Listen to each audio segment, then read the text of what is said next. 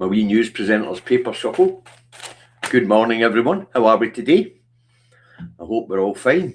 A wee quick look and see who's in, and then we'll get on with this. Morning, Julie Brown. Morning, Rosie. Morning, Jim Soralper. Morning, Julie. Rosie McGregor. Scott Haynes. Kirsty Falls. Lorraine, thank you for the little something for the food banks. Martin the Hibby. And Kevin, good morning, Kevin. Legend in the house. Anna Chisholm, you're all legends right enough. Wee Bird. Ewan Guthrie. Graham Eason.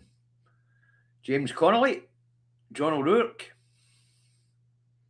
Heather Saxon. Gillian. Right. Good morning, everyone. Let's see, I hope we're all fine. Numbers are climbing nicely. So let's get this one underway, shall we? It's Indy Truck Davy out the truck and at home in his office in Salisbury, North Lanarkshire, where it is 10 degrees at the moment, high of 12 today. Overcast, wet at the moment, and it's predicted to be wet all day. Humidity's at 88%. Wind speed 13 to 30 mile an hour, so breezy. Sunrise was at 7:17 this morning. Sunset will be at 17:40, and that gives us 10 hours and 22 minutes of daylight here. That'll vary depending on how far north you are. All right. There is no polling count, so let's move on, shall we? Now, first up this morning, we've got the scum, and we don't put the scum up, but Jesus, it's got one outrageous front page on it, so I'll tell you what it says. Fresh SNP fraud shock. Swinney's sleek it tip-off a year ago. FM briefed on Euro last March. Lord Chief hidden memo sparks fury. Now let's correct all that, shall we? Shall we put it into perspective? All right. SNP fraud shock. SNP informed ex-CEO charged with embezzlement. No fraud, embezzlement. All right. Party leader informed of potential crime against party. And of course, the Sun and other rags this morning are trying to portray this as some sort of crime perpetrated by the SNP instead of an SNP's employee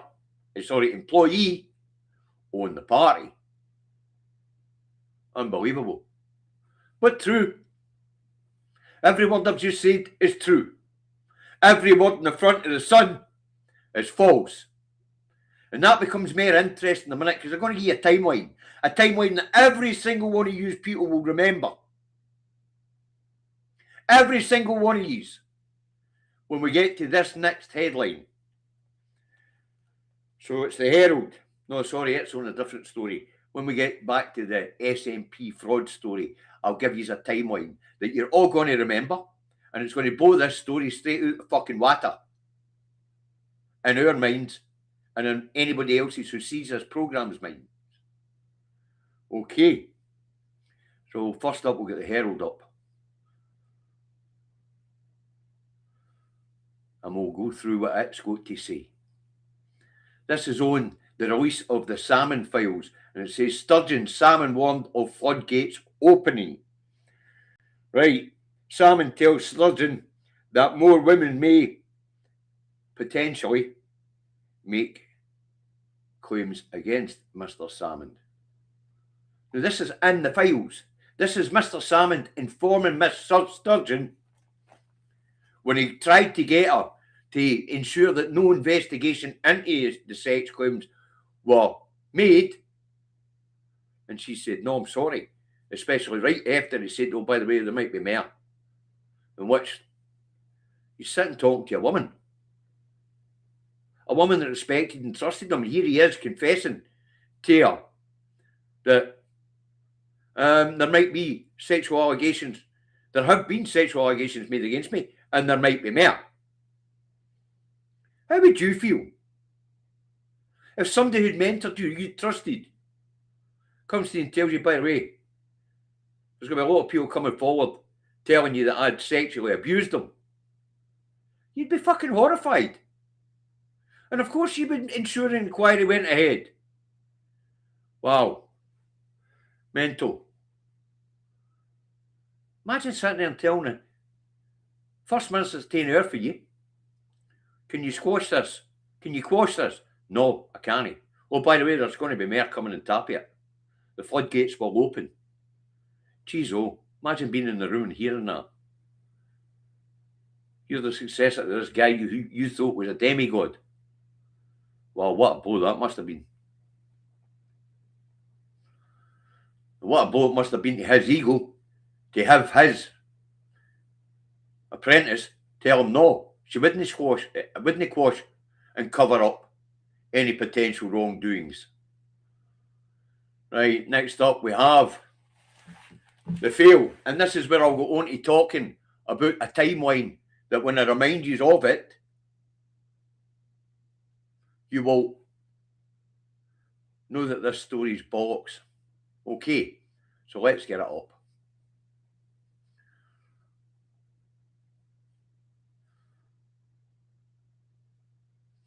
As Law Chief confirms,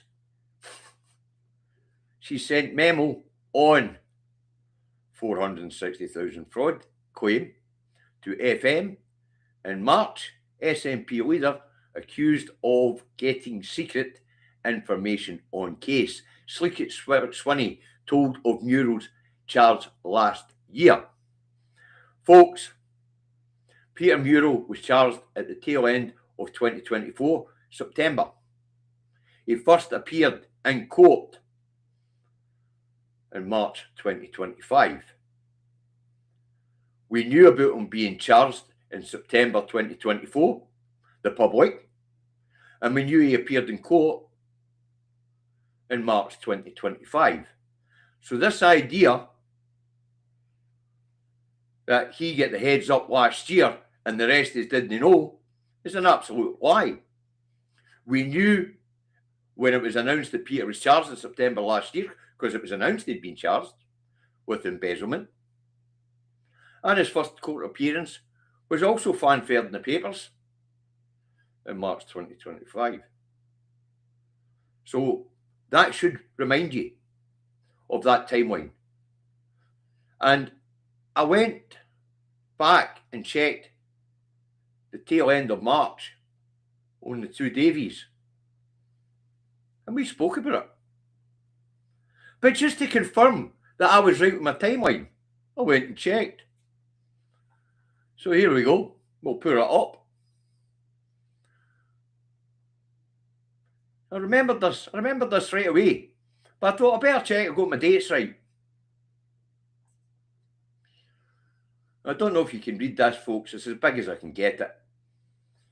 These are the results for when was he charged. He was charged 2020, tail end of 2024, it's there. You'll be able to see the big number. And he first appeared in court, first time in court, March 2025. You'll be able to make 82 numbers out. So, these are the truth. And Sleekit, aye, that's how they want to portray John. Procurator Fiscal informs party that alleged perpetrator of crime against party will be appearing in court. Same as the rest of these knew. It was in the bloody papers. In fact, I'd have read the headlines out here. Fucking nonsense. Right, down we're wrapping up with the next bit of nonsense. Next up, we've got the Rancid.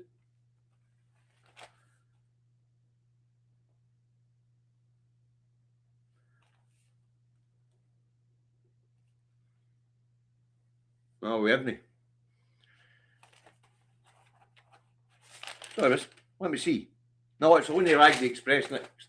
Then the Rancid, I think. So let's get only Rag the Express up. And it's on the same story. Bain tipped off FM a year ago over Murrell case. Bain didn't tip off anybody. It was all over the fucking press. It was all over the press the minute he was charged in September. And it was all over the press that he was going to court in March. No tip off. I've just given you the timeline. I remembered the timeline, but I went and checked anyway just to prove it. This is nonsense. It's damn well dishonest.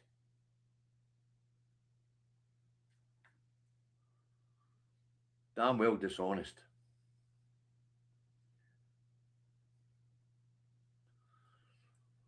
Right, next up. We've got the Scotsman. Or the anti-Scotsman, as I tend to call them. What's that on? This one's a doozy, folks.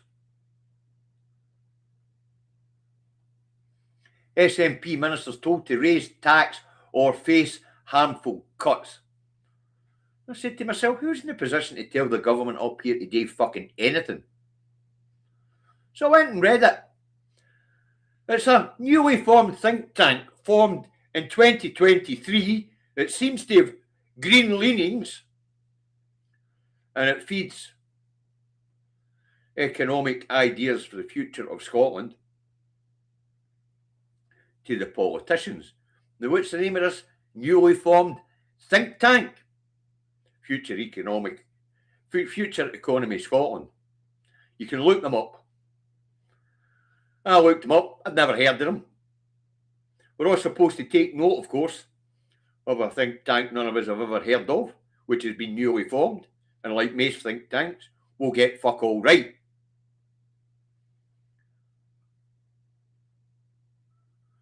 So there you go, folks.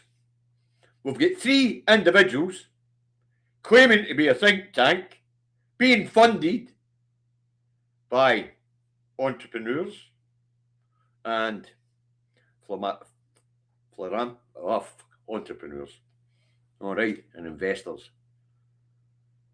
So these will be the investors in the sector that these people are feeding economic ideas to the Scottish government on. So the renewable sector, the circular economy, that sort of thing. Thanks, Jim. Thank you very much. Should have funds in the motor. After that, I'll start working and getting them out. So, some inconsequential think tank made up of 3 people that is not for profit, allegedly, except for these 3 people. Their profit is the fact that they formed a think tank and are getting investment funding to pay their fucking wages. So the term non-profit, non-profit, bollocks. The 3 people who formed it are getting paid by the think tank. That's what I call for profit, for their personal profit. Spanners. Non-profit, my arse. They're all getting paid. Okay. After that one, we've got the Times. I guess their answer's a wee bit further down. The Times got for us this morning. It tells us that Mandelson flight risk and fiction led to my arrest, says Peter Mandelson. And the bylines are cracker. SNP heading for outright majority, polls say. And that's the latest MRP poll from Stonehaven, commissioned by the Times. And it says that the SNP are on route for an outright majority. There are 73 constituency seats, and according to this MRP poll, the SNP are going to take 67 of these 73 constituency seats. And that's not counting the list, if they get anything on the list. But according to their MRP poll by the Times, which was commissioned by the Times, done by Stonehaven, the SNP are going to win. an outright majority own the constituencies. Nice one. Right. Let's move on to the Tory graph. Where's the bloody rancid?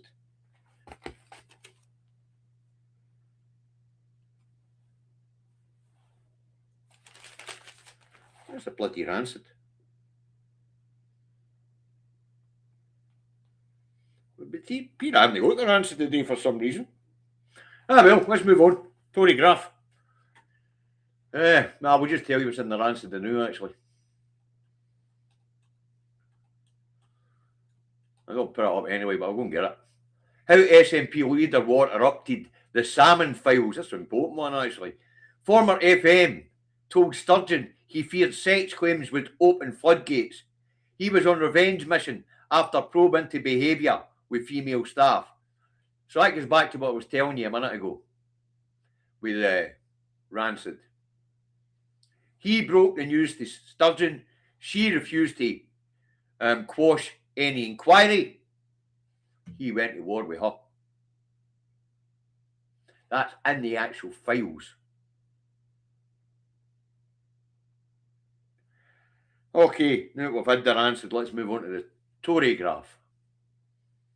Taking the Times part with Tory graph. And it's back on Mandelson. Shit, I've just shut something in there that I shouldn't have. Right. The Telegraph. Mandelson held to stop him fleeing Britain. And the byline there tells us that it was the Speaker of the House of Lords who tipped the police off because Mandy had informed the House of Lords that he intended to move abroad. Yet, according to Mandy, he wasn't going to move abroad. If he wasn't going to move abroad, why did he tell the Speaker of the House of Lords he was going to move abroad?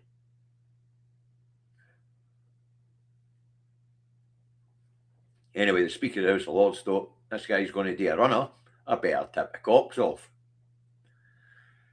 Right, next up we'll get the Guardian. Guardian's on the Mandelson story as well.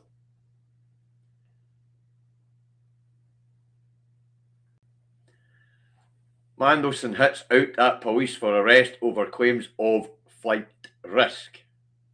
Well, as I say, the Speaker of the House of Lords thought he was going to do a runner because Mandy said he was going to move abroad.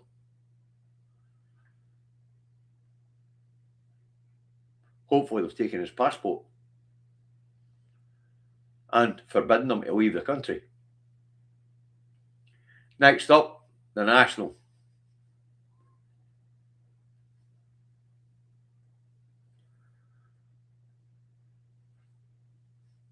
How Labour removed the great from GB Energy, and that's the scam, the GB Energy.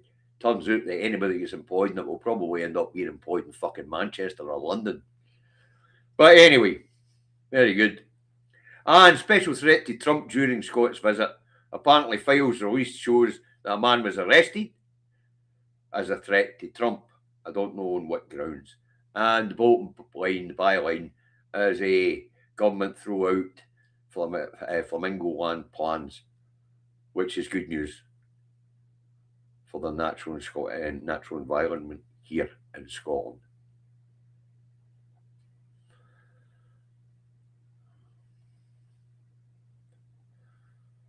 Right, then we're the National. After the National, we have the Eye. Let's get the Eye up.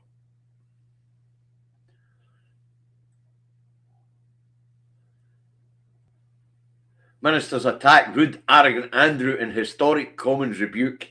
Aye, I've seen that. I'm sure you've all seen it. They were having a debate on Andy yesterday in the Commons and a vote on whether to release the files on his time as a UK envoy, a UK trade envoy.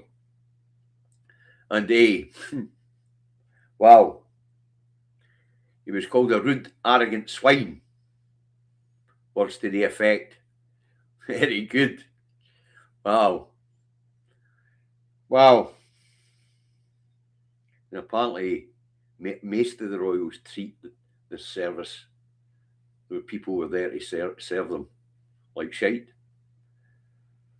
It's not Joe Backett Day. If Charlie or Andy spoke down to me, even if I come across them in real life, I'd slap them right across the kisser and tell them to know their fucking place. I'm sovereign. Okay. I'd probably go to jail for it, but I'd do it. It'd be worth a couple of weeks in the pokey. You know how David and I feel on the Crown with Republicans. Next up, we'll get a Metro. So what's the Metro vote for us today? Well, it's on a different tangent altogether for most of them. And that is, there's going to be a tough porn crackdown to tackle abuse, apparently. And ministers are going all out to protect women and children by banning pornography or certain types of pornography. I'm sure the porn industry's lobbyists will be running at number 10 as we speak, because no doubt the porn industry contributes a lot to the coffers of the Treasury. Okay. That's enough of that nonsense. Which means there's only the Star left.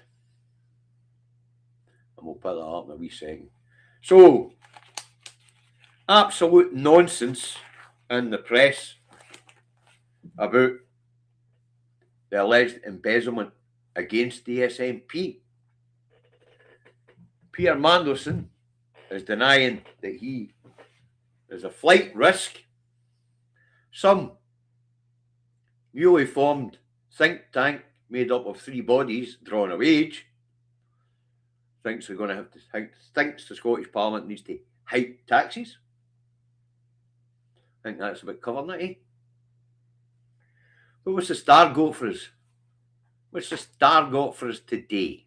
Well, believe it or not, for the second day in a row, the Star is on current affairs and politics. So here we go.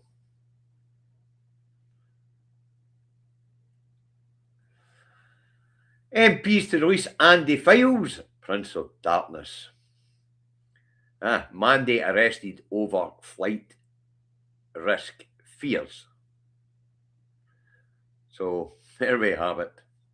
MPs to release Andy's files, where we find out what an arrogant sod he was. Rude, arrogant sod, apparently. Rude, arrogant sod, apparently. Anyway, that's it for the day. I've got somebody called Ian Hardy mentioned me in a comment. I've been seeing some right outrageous stuff from Mr. Hardy. Some right outrageous claims. Yeah, it was a good photo of that, isn't it, Andy? Really is. That's a cracking photograph. Yes. You see the Prince of Darkness in him. That's for sure. Right. As I say, that's it for the day. Thanks to everybody who's contributed to the Food Bank Fund today. Thanks to the moderators for moderating. I'll wait and have a look and see what this Mr. Hardy's going to say for himself. So you guys look after yourselves. We'll see you tomorrow morning, 10:30, and then tomorrow afternoon at 4. New gerbils, Andy. Good stuff. Right. Bye for now.